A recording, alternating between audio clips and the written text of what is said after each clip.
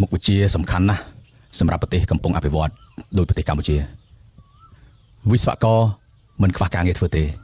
ចង់រៀនវិស្វករត្រូវត្រៀមមុខវិជ្ជាសំខាន់នៅវិទ្យាល័យឲ្យហើយ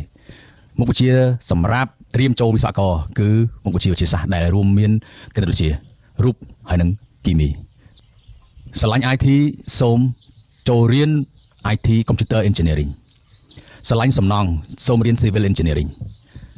ស្រឡាញ់ការងារនៅតាមរោងចក្រឧស្សាហកម្មសូមរៀន Electrical Engineering ឬក៏ Mechanical Engineering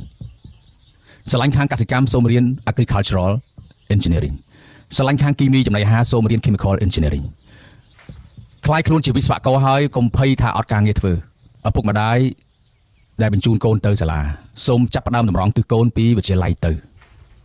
ត្រូវប្រាប់កូនឲ្យដឹងថាបើកូនចង់ខ្លាយជាវិស្វករកូនត្រូវរៀនគណិតរៀនរូបរៀនគីមីគ្រូបង្រៀនសូមជួយតម្រង់សិស្សថាមុខវិជ្ជាគណិតរូបគីមីនេះសំខាន់សូមឲ្យពួកគាត់ខំរៀន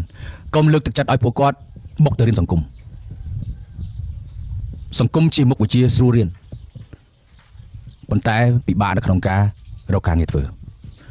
ក្រសួងអប់រំបើសិនជាអាចបិទសង្គមចោល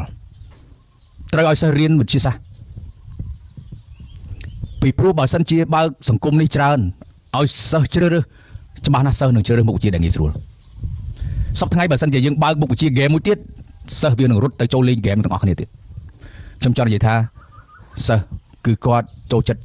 រៀនអ្វីដែលងាយហើយគាត់ភាគច្រើនសម័យចង់បានការងារធំការងារល្អនៅក្នុងសង្គម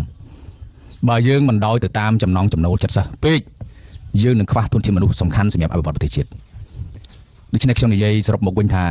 សម្រាប់កូនសិស្សដែលចង់ក្លាយខ្លួនជាវិស្វករសូមព្យាយាមរៀនមុខវិជ្ជាវិទ្យាសាស្ត្រគណិតរូបគីមី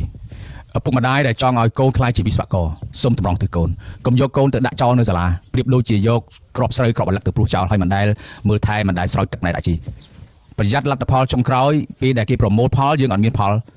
សម្រាប់នឹងត្រីអជាមួយគេក្រសួងអប់រំសូមតម្រង់ទិសសិស្សលើកទឹកចិត្តសិស្សឲ្យទៅរៀនវិទ្យាសាស្ត្របើអាចបិទវិទ្យាសង្គមចោលខ្ញុំជឿថាបើសិនជាប្រទេសកម្ពុជាសម្បូរទៅដោយវិស្វករប្រទេសកម្ពុជា